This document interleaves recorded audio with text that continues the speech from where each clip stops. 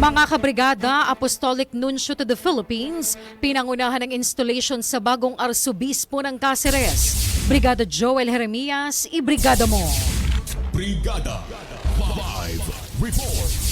Pinangunahan ni His Eminence Arsobispo Jose F. Cardinal Advincula Jr. D.D. ng Manila bilang siyang installing prelate ang installation and canonical para kay Arsobispo Rex Andro Alarcon D.D. bilang bagong Arsobispo ng Archdiocese ng Cáceres ngayong umaga sa Naga Metropolitan Cathedral na dinaluhan ng matataas na mga opisyal ng simbahang katolika. Kabilang pa sa mga importanteng bisita sa napakahalagang okasyong ito ay ang presensya ni Archbishop Adolfo Tito Iliana D.D., Apostolic Nuncio ng Israel at ng Cyprus, pati na rin ang mga obispo ng iba't ibang diocese sa buong Bicol. Kaugnay nito, nakakapanayam ng Brigada News sa Naga si Alberto Darilay, Chairman ng Traffic Violation Bureau ng Public Safety Office. Sinabi niyang bahagi sila sa naatasang tumulong sa mga personel ng Naga City Police Office para mamantene ang katahimikan at kaayusan sa paligid. Sarado ang mga malalaking kalsada dahil sa okasyong pangsimbahang ito sa Naga City. Sa paglawbigan mga sasakyan,